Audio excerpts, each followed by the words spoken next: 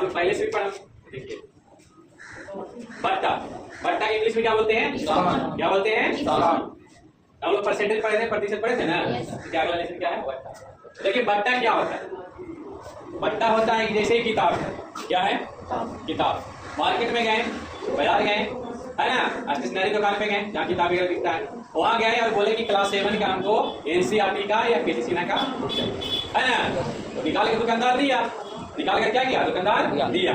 तो दिया तो हम लोग सबसे पहले इसको क्या देखते हैं? रेट देखते हैं ना। पीछे में लिखा हुआ रहता है यार, पहला पेज यहाँ पे लिखा हुआ रहता है, आगे नहीं। रेट लिखा हुआ है इसमें, इस बुक का रेट लिखा हुआ है, बात का मतलब है 250। कितना लिखा हुआ है? 250 रुपया इसका रेट लिखा हुआ है। इस किताब का वो लिखा हुआ जो रेट 250, उसका उस किताब का क्या हुआ? अंकित। क्या हुआ? इस किताब को कितना में कितना इसका अंकित मूल्य? 250 रुपया। 250 लिखा हुआ उसको हम लोग क्या बोलते हैं? अंकित मूल्य। लेकिन दुकानदार जो स्टेशनरी का दुकानदार है ना, जो किताब को ज्यादा से ज्यादा बेचने के लिए उसमें एक स्कीम लगा दिया। क्या लगा दिया? ज्यादा से ज्यादा स्टूडेंट मेरा ही दुकान से किताब लेकर जाए। तो बोला कि चलो भाई 250 का किताब है, इसका अंकित मूल्य कितना है? 250। कितना है? 250 रुपया। तो चलो इसमें हम कुछ डिस्काउंट क्या लगा दिया? ऑफर वगैरह, इसको ऑफर कहा जाता है बोलते हैं। उसमें कुछ डिस्काउंट का स्कीम लगा दिया, है ना। बोला कि इसमें 250 का 10%, मतलब 10% हम क्या करेंगे? जितना भी किताब खरीदना है सब कुछ छूट देंगे। क्या देंगे? रिबेट करेंगे, छूट देंगे, है ना। तो इसीलिए जो छूट दिया यही से छूट दे रहा है ना, या 250 में से हम 20 रुपया का 20 रुपया छूट देंगे, या प्रतिशत में ये बात मतलब 20 रुपया 20% या 10% या 5% हम इसमें छूट देंगे। तो यही छूट है जो तुम्हारा क्या कहलाया? क्या कहलाया? क्या कहलाया? बट्टा, है ना। इंग्लिश में इसी को क्या बोला जाता है? जैसे कपड़ा की दुकान में गए, बहुत सारा कपड़ा की दुकान पर लगाता है, जिसका नहीं बिकता है वह दुकानदार इसकी स्कीम वगैरह लगाता है कि आप एक कपड़ा, एक जींस या एक टी शर्ट खरीदिए और एक फ्री में पाइए, है ना। एक फ्री में, तो एक फ्री वाला जो है क्या हुआ? छूट जो मिल रहा है एक जींस खरीदने में, एक जींस फ्री, जो फ्री वाला वो क्या हुआ? बट्टा होगा। एक जींस का तुम्हारा जो अंकित मूल्य है उसका तो पैसा लेगा नहीं। एक जींस में जितना आपका मार्क प्राइस, उसको मार्क प्राइस क्या बोलते हैं? क्या बोलते हैं? मार्क माने अंकित, प्राइस माने मूल्य। जो अंकित मूल्य है उसका हम पैसा लेंगे, और एक जींस खरीदिएगा तो एक जींस खरीदेंगे। तो वही जींस जो फ्री में दिया वो क्या कहलाया? बट्टा। क्या कहलाया? तो फिर समझते हैं यहाँ पे कि व्यापारी अपने माल की बिक्री बढ़ाने के लिए, कोई भी व्यापारी चाहता है कि मेरा ज्यादा से ज्यादा सामान बिके। किसी चीज का व्यापारी करता है तो चाहता है ना कि हमारा ज्यादा से ज्यादा सामान जो बेचते हैं बिक जाए। तो व्यापारी अपने माल की बिक्री बढ़ाने के लिए ग्राहक के सामने तरह तरह की योजनाएं, स्कीम दिमाग में सोचते रहे कि हम अपना सामान को कहीं से ज्यादा बेचें, है ना, रखता है ज्यादा। उन्हीं योजनाओं में ग्राहक को छूट देना भी एक तरह की बट्टा ही है। मैंने सोचा कि चलो भाई जहां हमको 200 फायदा कमाना है, जैसे कि कोई कपड़ा लिए, कपड़ा हम खरीद के लाए, कपड़ा का खरीद कराई मूल्य कितना था? व्यापार करने के लिए हम लाए, कपड़ा का कराई मूल्य है 300 रुपया, हम उसको चाह रहे हैं बेचने के लिए 600 रुपया। कितना बेचना चाह रहे हैं?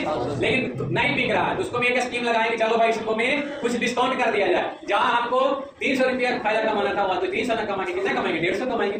150 कस्टमर की छोड़ेंगे, कस्टमर भी खुश है, तो भी सामान निकल जाएगा, 150 फायदा निकल जाएगा। छूट मिला वही क्या कहलाया? बट्टा कहलाया। तो उन्हीं योजनाओं में ग्राहक को छूट पे इंग्लिश में बोलते हैं रिबेट। मैं कहता कुछ तो रिबेट कीजिए, मैंने कुछ सामान करने जा रहा था, कहता रिबेट कीजिएगा ना, तो बोला हाँ रिबेट करेंगे। तो वही रिबेट क्या कहलाया? बट्टा। देना भी क्या कहलाता है?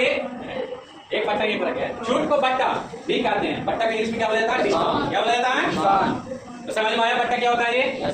तो देखिए यहाँ पे बट्टा की परिभाषा है, किसी वस्तु के निर्धारित मूल्य, किसी वस्तु के निर्धारित मूल्य। जैसे इस बुक के बारे में बोला जिसका निर्धारित मूल्य क्या करेंगे ना 250 मूल्य, जितना कम मूल्य देना पड़ता है। मैंने फिर लगा दिया दुकानदार क्या 10% कम छूट देंगे।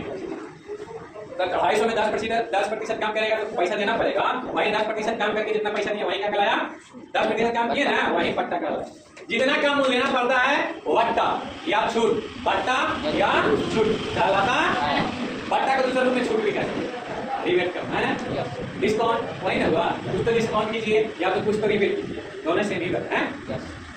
जैसे किसी वस्तु का निर्धारित मूल्य, किसी वस्तु का 115 रुपया, कितना रुपया है? 115 रुपया, माने मार्क प्राइस कितना है? 115 रुपया। लेकिन बट्टा के कारण यहाँ मार्क 105 रुपया मिलता है। लेकिन बट्टा हम बोले नहीं, हम इतना नहीं लेंगे, तो दुकानदार बोला ठीक है 105 रुपया दीजिए और लेकर जाइए। तो हमको कितना रुपया छोड़ा? यही 10 रुपया बट्टा कर रहा है।